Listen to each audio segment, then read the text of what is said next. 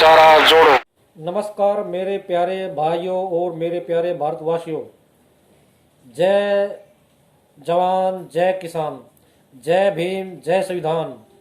सत श्री अकाल, सलाम अलैकुम और सबको मेरा क्रांतिकारी वंदे मातरम। दोस्तों, मैं प्रमोद भारतीय जाति धर्म छोड़ो भाईचारा जोड़ो के चैनल के माध्यम से भारत में हजारों सालों से जो ब्राह्मणों ने हमारे SC ST OBC भाइयों को गुलाम बनाकर उन्हें नीच कहा है, वीडियोस में आपको दिखाना चाहता हूं।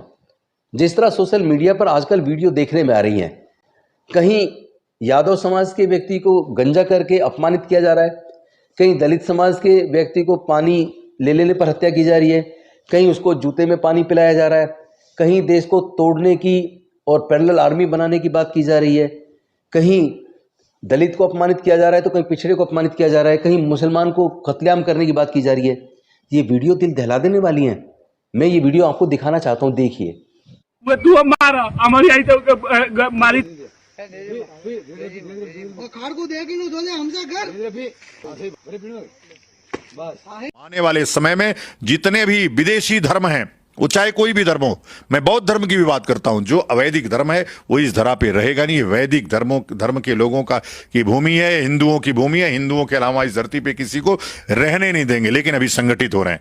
जिस दिन हम संगठित हो गए उस दिन युद्ध की घोषणा करेंगे, और युद्ध के अलावा कोई धर्म को बचाने का तरीका नहीं है। जितने बृहद्रथ घूम रहे हैं और जितने भी मूल्य घूम रहे हैं, सबको कत्ल करना पड़ेगा, सबको मारना पड़ेगा, तब जाकर के ये धरा भूमि, ये पुण्य भूमि बचेगी। और मैं बार बार कहता हूं कि उत्तराखंड देवभूमि है, उत्तराखंड हिमालय हमारा देवालय है, हमारा मंदिर है। मैं किसी की मस्जिद में नहीं जाता तो कोई हमारे मंदिर में नहीं आए, इसलिए उत्तराखंड हिमालय हमारा देवालय है। गैर हिंदुओं का प्रवेश उसमें वर्जित रहेगा। हमने पुरोला से शुरू किया है, अब हम पूरे हिमालय को देवालय बनाएंगे। किसी एक भी गैर हिंदू, जब मैं बोलता हूं तो उसमें बौद्ध भी आते हैं, उसमें ईसाई भी आते हैं और उसमें ये भी मुसलमान भी आते हैं।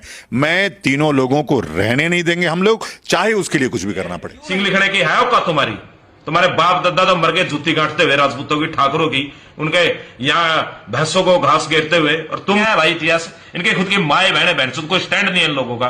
1% भी स्टैंड नहीं है इन लोगों का।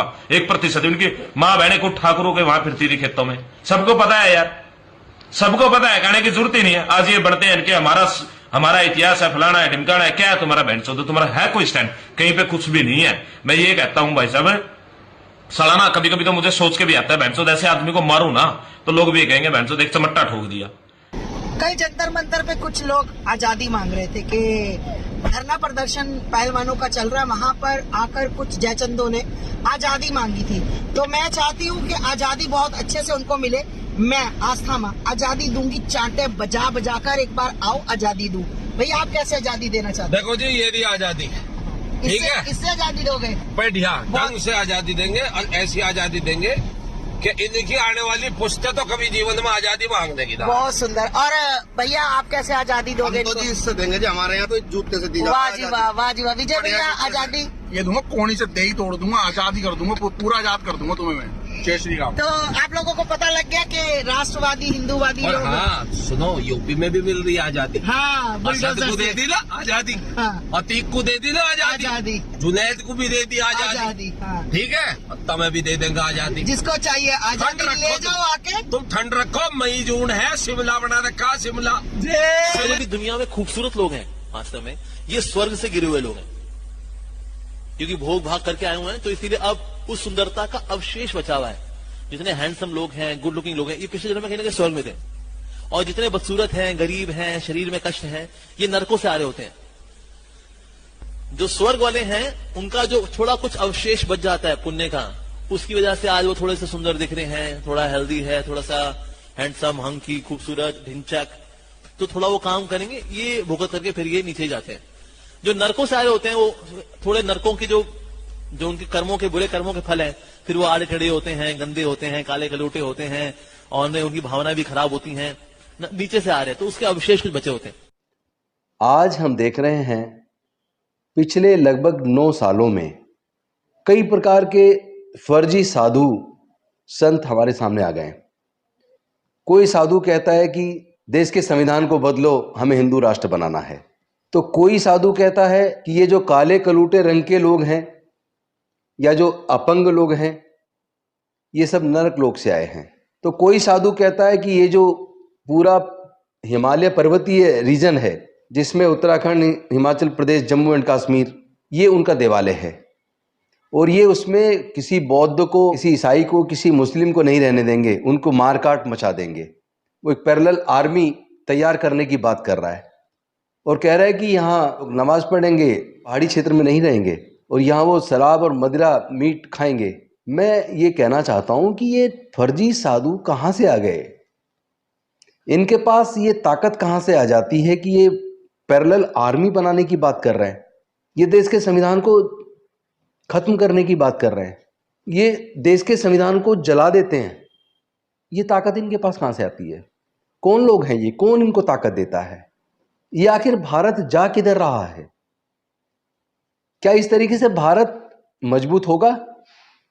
मुझे तो डॉक्टर बाबा साहेब अम्बेडकर जी की वो बात याद आती है जो उन्होंने 25 नवंबर 1948 को संविधान सभा के सामने अपने भाषण में कहा था कि जिस दिन भारत के लोग धर्म को देश से ऊपर मान लेंगे, उस दिन देश खतरे में पड़ जाएगा और देश की आज़ादी खत्म हो जाएगी। आज एक एक करके तरह तरह के साधु आ रहे। वो मस्किरा सा एक साधु, एक लड़का आया यंग, बागेश्वर धाम बाबा के नाम से, वो मजाक सी करता है।